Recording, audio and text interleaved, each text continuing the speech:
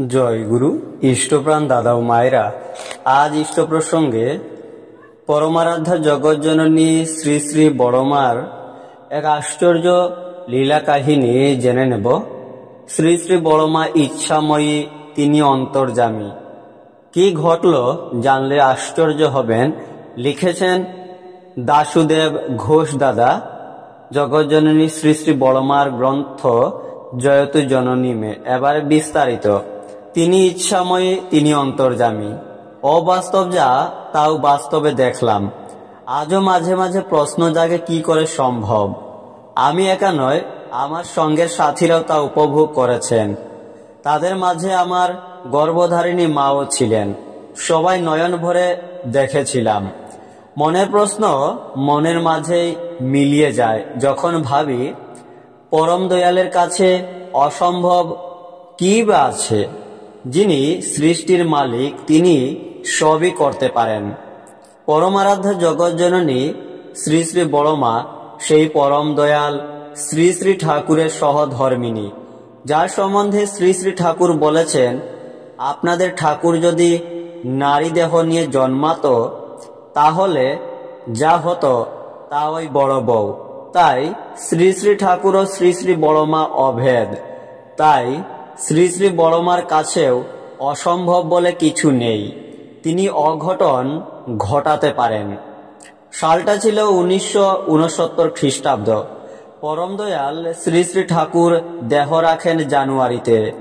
এই ঘটনায় তার অনুরাগীদের মধ্যে বিরাট শোকের ছায়া নেমে আসে। যারা দীক্ষা নিয়েও তার দর্শনে যেতে পারেননি বা যাব ইচ্ছা করেও ঠিক যোগ ঘটাতে পারেননি, তাদের ব্যথা আরো প্রবল। কারণ স্বয়ং পুরুষোত্তমের দর্শন কোটি জন্মেও মেলে না, আর সেই সুযোগ পেয়েও হাতছাড়া হলো। এইরূপ অবস্থার মধ্যে আমার মা পড়ে গেলেন। তার দুঃখ বেদনা সব সময় মনকে ভারাক্রান্ত করে তোলে। একটা আশা ভরসার স্থল পরম দয়ালের বংশধর আছেন, আর আছেন জগৎজননী শ্রী শ্রী বড়মা। মাকে এই কথা স্মরণ করাতে মা ব্যাকুল হলেন দেওঘর যাবার জন্য। শ্রী শ্রী বড়মাকে দর্শন করতে তো পারবেন, কিন্তু একটা ব্যথা, তাকে তো এ স্ত্রী বেশে অর্থাৎ সধবা বেশে দেখতে পাবেন না।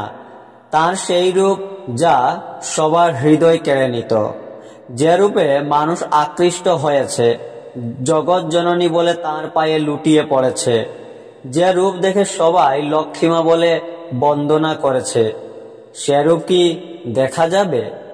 মায়ের মনোভাব বুঝে মাকে বললাম, দেখো মা, ভগবান বা পুরুষোত্তমের স্ত্রী কোনোদিন বিধবা হন না। আমরা শ্রী শ্রী রামকৃষ্ণ দেবের স্ত্রী সারদা মাকে কি দেখেছিলাম? তিনি শাড়ি পরতেন, সিঁদুর শাখা পরতেন, আর তা স্বয়ং রামকৃষ্ণ ঠাকুরেরই ইঙ্গিত ছিল। মা আমার কথায় আশ্বস্ত হন। দেখতে দেখতে দিন চলে আসে। মা, বোন এবং গ্রামের কয়েকজন সাথী সহ আমরা দেওঘর পুণ্যধামে রওনা দিলাম। পরম দয়ালের লীলাক্ষেত্র এই দেওঘরেই সৎসঙ্গ আশ্রম, যা তার নিজের সৃষ্টি, যা নব দৃষ্টান্ত। প্রতিযুগেই মহাপুরুষরা চলে যাবার পর আশ্রম সৃষ্টি হয়েছে, কিন্তু এ যুগে শ্রী শ্রী ঠাকুর নিজে আশ্রম সৃষ্টি করেছেন, আর যার নাম দিয়েছেন সৎসঙ্গ। তাই তো পরম আরাধ্য শ্রী শ্রী পিতৃদেব পরম দয়ালের শ্রী শ্রী জ্যেষ্ঠ পুত্র পূজ্যপাদ শ্রী শ্রী বরদা একদিন কথা প্রসঙ্গে বললেন, এ এক নতুন দৃষ্টান্ত। তাই শ্রী শ্রী ঠাকুরের সৎসঙ্গ অভেদ। সৎসঙ্গে যাওয়া মানে শ্রী শ্রী ঠাকুরের সঙ্গ করা। তাই সৎসঙ্গ আশ্রমে যাওয়াও ভক্তবৃন্দের চিরন্তন আকর্ষণ। সেই সৎসঙ্গ আশ্রমে মাকে নিয়ে চলেছি। ব্যান্ডেল স্টেশনে তুফান এক্সপ্রেস ধরে রওনা দিলাম। যশিডি স্টেশনে নেমে পুনরায় বদ্রনাথ ধামের ট্রেন ধরি। সন্ধ্যার প্রাক মুহূর্তে সৎসঙ্গ আশ্রমে পৌঁছায়। সবাই আশ্রমের পরিবেশ দেখে চরম আনন্দ পায়। আশ্রম গেটে ঢুকে প্রথমে সবাই ঠাকুর প্রণাম করতে যায়। ঠাকুর প্রণাম সেরে শ্রী শ্রী বড়মার ঘরের দিকে রওনা দিলাম প্রণামের উদ্দেশ্যে। মা এই প্রথম আশ্রমে এলেন। তার গুরুধাম দেখে প্রাণ জুড়িয়ে যায়। আনন্দের মাঝেও তার চোখে জল শ্রী শ্রী ঠাকুরকে সশরীরে না দেখতে পাওয়ায়। আমরা শ্রী শ্রী বড়মার ঘরের সামনে হাজির হলাম। দেখি ঘরের মধ্যে কয়েকজন মহিলা শ্রী শ্রী বড়মার সেবার জন্য আছেন, আর শ্রী শ্রী বড়মা বসে আছেন। তার বসার রকমটাই আমাদের অবাক করে দিল। আর দেখি কি তার অপূর্ব রূপ, সুন্দর শাড়ি পরা, শাঁখা সিঁদুর পরা। আমাদের সবার আনন্দ, বিশেষ করে আমার মায়ের। দর্শনের পরপরেই মাকে স্মরণ করিয়ে দিলাম পূর্বের আমার কথাটা। বললাম, দেখলে তো মা, আমার কথা ঠিকই, তিনি স্ত্রী বেশেই আছেন, আর এটাই তো স্বাভাবিক। ইতঃপরে শ্রী শ্রী বড়মার ইঙ্গিতে সেবিকাদের মধ্যে একজন আমাদের আনা ভোগের বস্তু কোথায় দিতে হবে বলে দিলেন। ভোগের বস্তু নিবেদন করে পুনরায় আমরা ভক্তি ভরে প্রণাম করলাম। প্রণাম সেরে উঠে দেখি শ্রী শ্রী বড়মা শুভ্র বেশে বসে আছেন।